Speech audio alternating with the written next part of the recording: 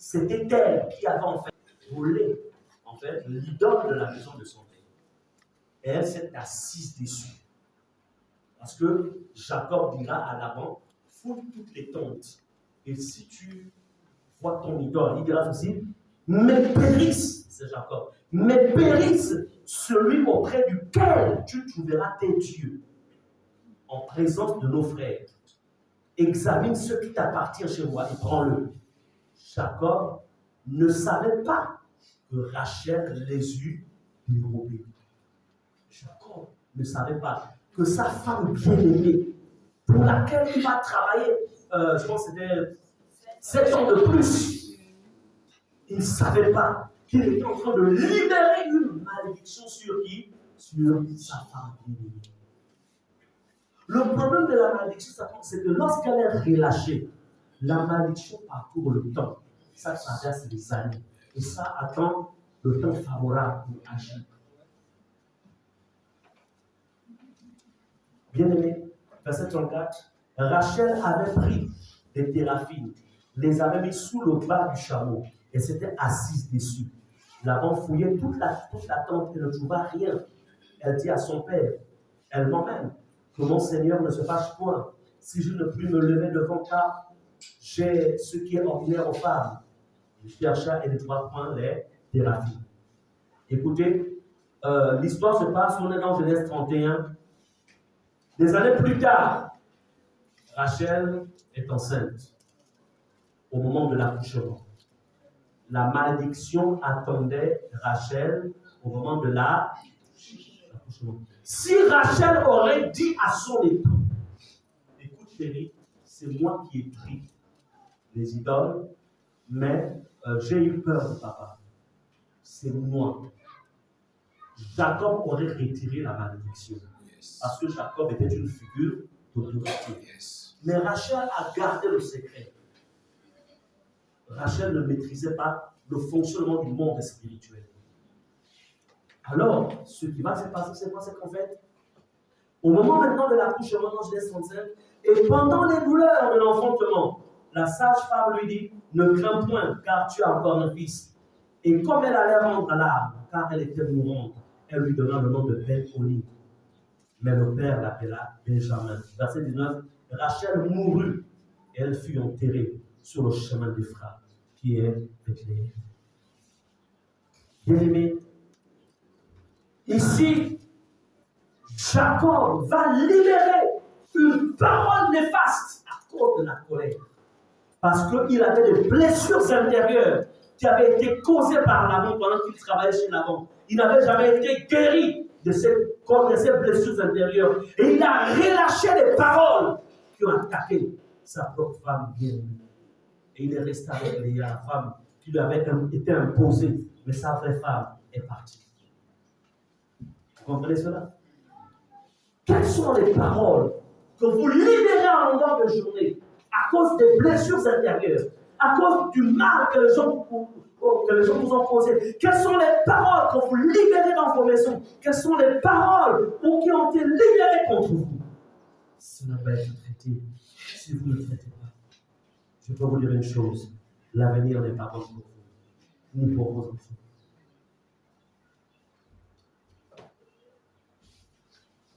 Bien-aimés, autre signe de la présence de la malédiction, ce sont les problèmes, c'est la pauvreté et les problèmes financiers.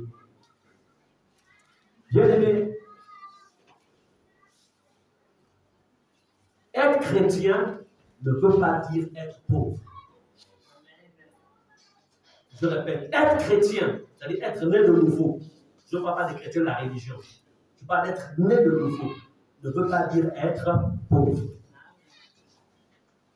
Remarquez, allons-y, notez 2 Corinthiens 8, verset 9. Si vous connaissez la grâce de notre Seigneur Jésus-Christ, qui pour vous s'est fait pauvre, de riche qu'il était, afin que par sa pauvreté vous fussiez enrichis. Il dit Jésus s'est fait pauvre.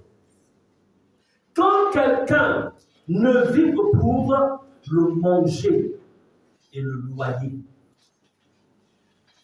ce n'est pas un bon signe. C'est-à-dire que l'argent que tu gagnes, c'est seulement pour payer le loyer et manger. C'est un signe qui signifie qu'il y a une parole de pauvreté, il y a un esprit de pauvreté qui te poursuit. Quand quelqu'un se préoccupe, quand on est préoccupé, comment mangerai-je demain? Comment mangerai-je? Comment payerai-je mon loyer? C'est un signe.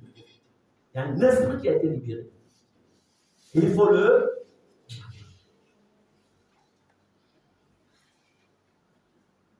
Pourquoi? Parce qu'en fait, dans le plan de Dieu, en fait, dans ce que tu gagnes, dans ce que Dieu te donne, quand la pauvreté est vaincue, tu dois avoir la capacité d'investir. Amen. Parce que tu dois soutenir l'étude de tes enfants. Tu dois aussi prévoir tes vieux jours. Mais si tout ce que tu gagnes alors que tu es encore fort, c'est juste pour le loyer, juste pour manger. Et il y a même encore pire. Il y a d'autres même qui vivent encore même chez les parents. Ça là, c'est mauvais signe. C'est la présence d'une malédiction. Ce n'est pas normal, ça doit se traiter. Bien-aimé, ce n'est pas par la prière que le changement commence. Le changement commence par une prise de conscience. C'est-à-dire, ce n'est pas normal. Ça vient d'où ça? Qu'est-ce qui se passe? Je prends conscience. Et ensuite, je prends une décision. Ça doit s'arrêter. Et la décision que je prends me conduit vers l'homme de Dieu. J'ai besoin de travail spirituel. Parce que je ne suis pas un paresseux. Je travaille, je gagne de l'argent. Mais qu'est-ce qui se passe? Vous savez que lorsqu'une malédiction agit dans la vie de quelqu'un, vous pouvez avoir 1 million. Vous savez, 1 million là, 1 million. Quand la malédiction agit, c'est-à-dire que c'est après que les 1 million soient passés du coup. Mais j'ai fait 1 million il y a 2 jours. Mais c'est parti où? Lorsque la malédiction n'agit pas dans la vie de quelqu'un, les 1 million pourront lui produire 10 millions. Alors que l'autre, les 1 million, ça disparaît. Mais écoutez, il y a des femmes ménagères qui ont construit des maisons avec 75 000 de salaire. 75 000 de salaire. Famille nombreuse. Elle te dit, c'est ma maison. Donc, alors que tu observes, quand j'étais jeune, j'étais à Dubaï, aux États-Unis, j'ai fait un grand pays, j'étais en Chine. C'est un petit-fils. Mon petit, tu sais, ton papa, même si je lui donne sur le canapé au salon, ben, je suis quelqu'un dans ce monde.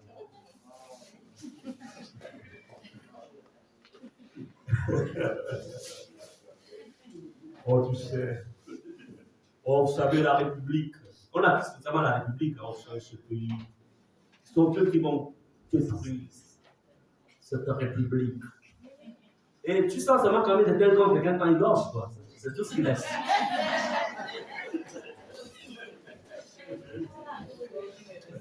C'est vrai, c'était comme quelqu'un. Dis au nom de Jésus. Au nom de Jésus. Je refuse que ça m'arrive. Alléluia. Au nom de ça, ne vous arrivera pas. Amen. Parce que nous avons les clés pour changer l'ordre des choses. Alléluia. Donc, bien aimé, je ne vais pas tout achever aujourd'hui, on continuera vendredi prochain parce qu'il est question de faire ces choses-là. Le dernier point, c'est un calme excessif. Autre signe de malédiction, pendant qu'il y a des colères excessives, c'est les calmes excessifs. L'excès de calme confirme aussi la présence des démons.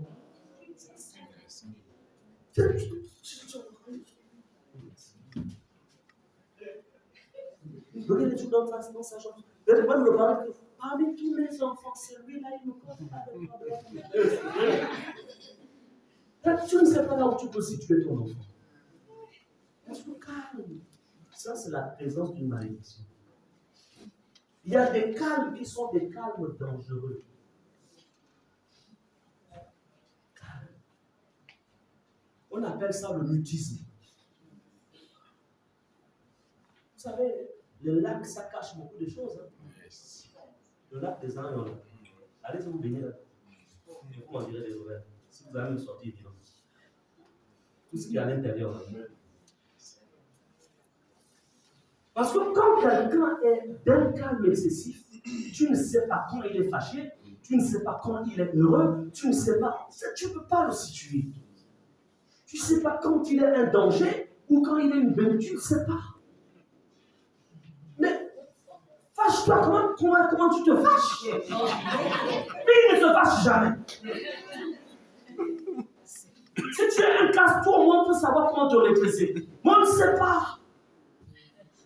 Et puis, il va y avoir un frère aussi qui cherche une femme à marier. Non, parce que la soirée elle est trop calme. Je pense que c'est le Saint-Esprit qui la rend aussi calme. Tu la rends là dedans. Mais c'est le moment quand elle se réveille. Là. Même le pasteur ne peut rien. Si Dieu lui-même ne le fait pas d'ici. Hein. Bref. Faisons aussi attention avec l'excès de calme.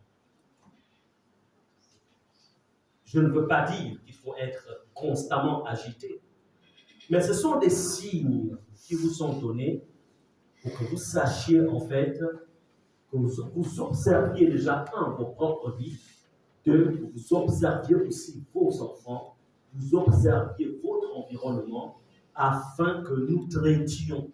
Ce qui vous est donné aujourd'hui, ce ne sont pas des simples informations, mais c'est que nous traitions cela. Amen.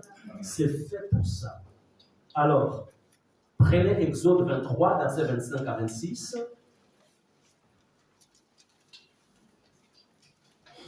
Ce passage d'Exode 23, 25 à 26, c'est le passage que j'ai donné par rapport en fait un peu à la malédiction de la stérilité, qui dit, c'est vrai, je devais vous le donner un peu plus haut, c'est-à-dire vous servirez l'Éternel votre Dieu, il bénira votre pain et vos eaux, et j'éloignerai la maladie du milieu de vous. Il n'y aura dans ton pays ni femme qui avorte, ni femme stérile, je remplirai le nombre de tes jours. Amen. Alors je vais vous faire commenter, puisque j'en ai parlé, je vais revenir là-dessus, mais je prends tout simplement le verset. Donc, en conclusion, écoutez, sachez qu'une malédiction non brisée continuera à œuvrer contre vous. Ne soyez pas, moi je ne crois pas à cet évangile où on dit accepte Jésus dans ta vie, vis selon la parole de Dieu et Dieu va tout régler. Moi je ne crois pas à ça. Je crois que lorsqu'on a donné notre vie à Jésus, alors une fois nos vies données à Jésus, nous sommes entrés dans l'alliance, on conforme nos vies à la parole de Dieu, c'est une très bonne chose. Et après, s'il y a des liens, s'il y a des malédictions, on va vers l'homme de Dieu. Et l'homme de Dieu commence à faire un travail pour briser cela. C'est pourquoi Jésus avait dit, en fait, à Pierre, Pierre, paie mes brebis, comme on dit, prends soin de mes brebis. Alléluia. Donc, vous avez écouté vraiment ce message. Prenez le temps de vous examiner. Nous avons le secrétariat qui est là. Alors, à la fin du culte, vous pourrez aller laisser vos noms au secrétariat pour que dans la semaine, nous commencions à faire un travail dans vos vies. Je crois à une église prospère. Je crois à des chrétiens prospères. Je crois à des chrétiens heureux. Je crois qu'on peut vivre dans le bonheur.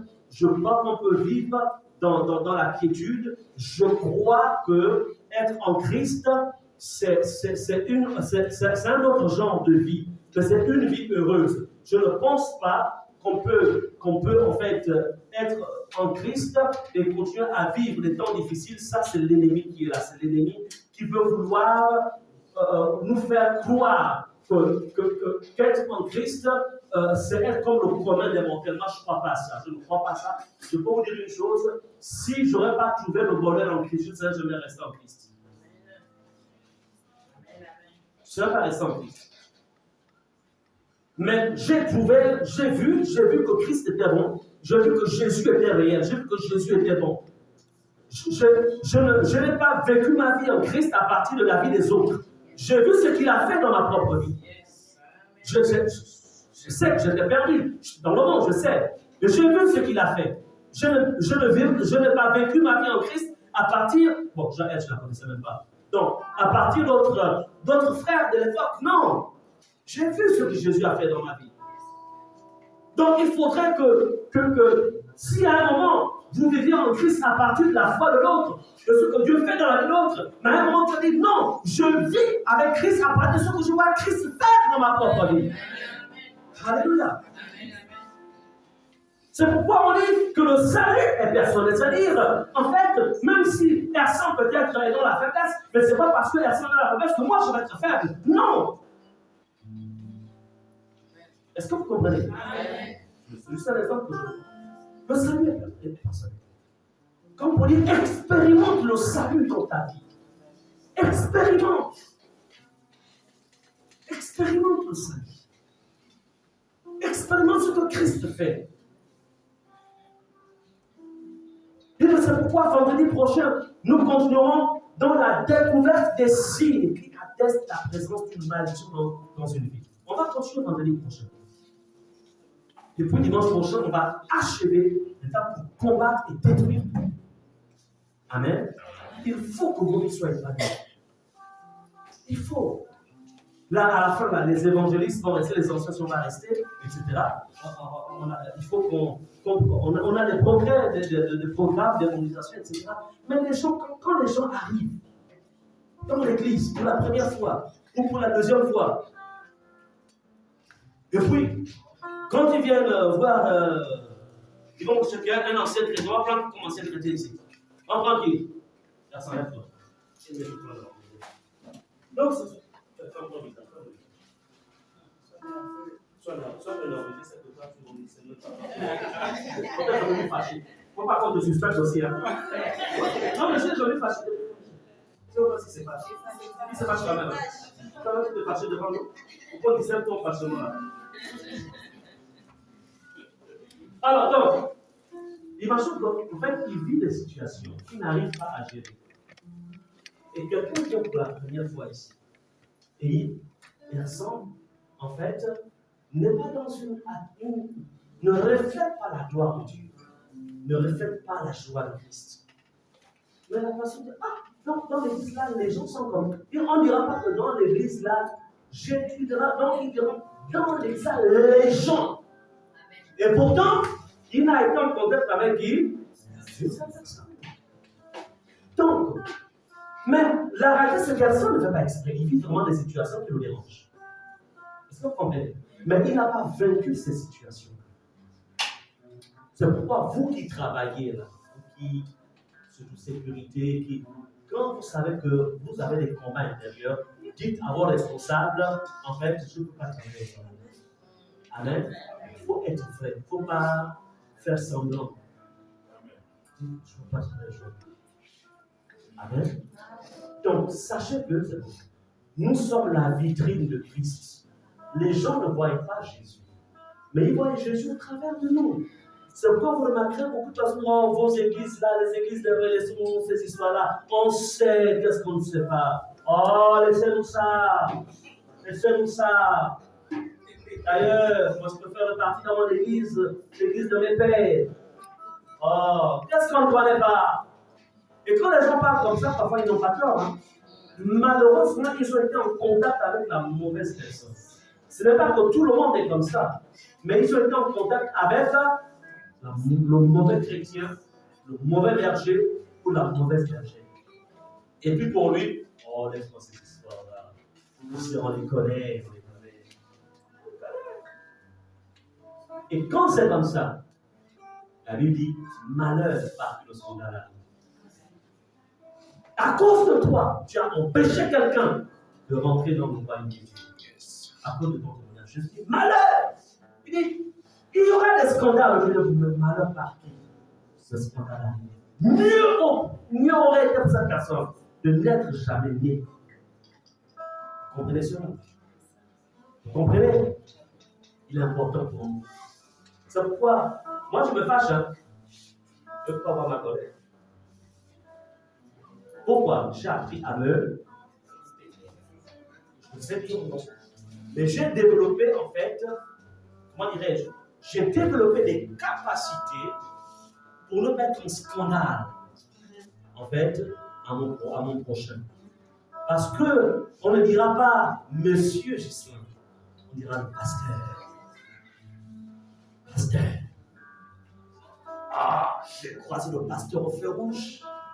Oh, il a injurié le taximan. Le pasteur.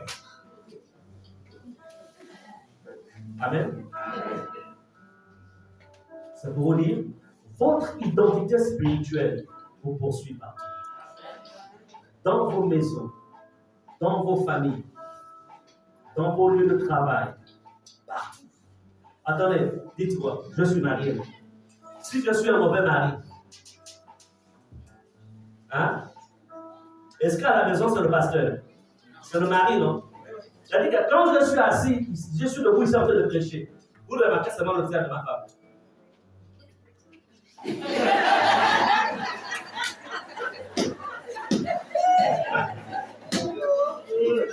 Je peux m'agiter là. Vous dites, ah, il y a ceci là-bas. Il y a ceci. C'est-à-dire que même je n'étais pas à recevoir le message. Si le pasteur Muriel réagit comme ça, c'est que là, notre pasteur n'est plus vrai. Amen. Donc, à la maison, je ne suis pas seulement un époux, je suis d'abord un enfant de Dieu. Alléluia. Je dois glorifier mon Dieu dans la relation de ma femme et moi. Elle aussi la même chose. Est-ce que vous comprenez cela? Donc, l'objectif de ce travail, c'est de faire en sorte que tout ce qui a été relâché contre vous consciemment ou inconsciemment, et qui crée des blocages, qui empêchent vraiment Christ de se manifester dans une dimension supérieure, que cela soit stoppé. Alléluia. Et cela est possible. Bien-aimés, est-ce que nous pouvons nous lever?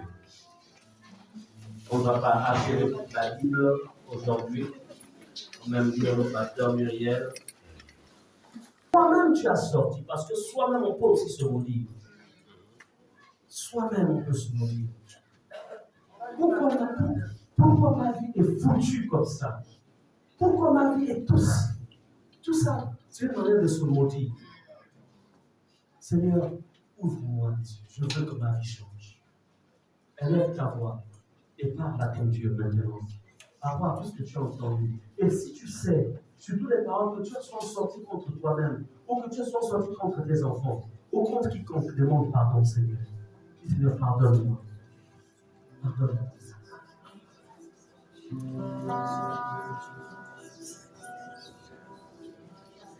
Pardon, Seigneur.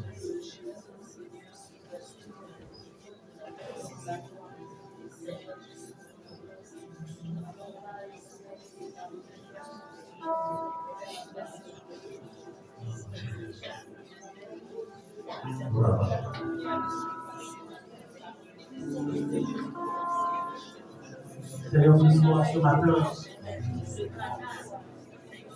tu nous appelles la grâce de comprendre encore une fois. Seigneur, que la vie que l'on peut mener aujourd'hui peut être parfois la conséquence des malédictions, des paroles méchantes qui ont été relâchées, Seigneur, par les puissances des ténèbres, relâchées par les agents du diable, et relâchées aussi par nos propres bouches.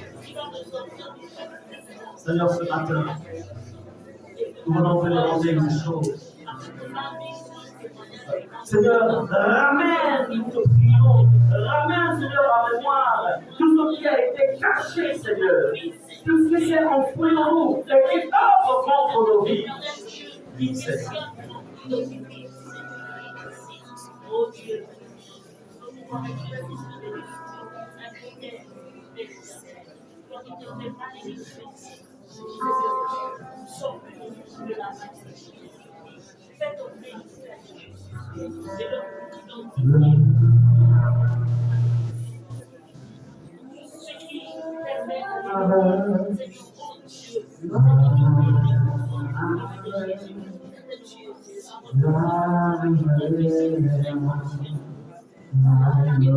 Continue à parler à ton Dieu.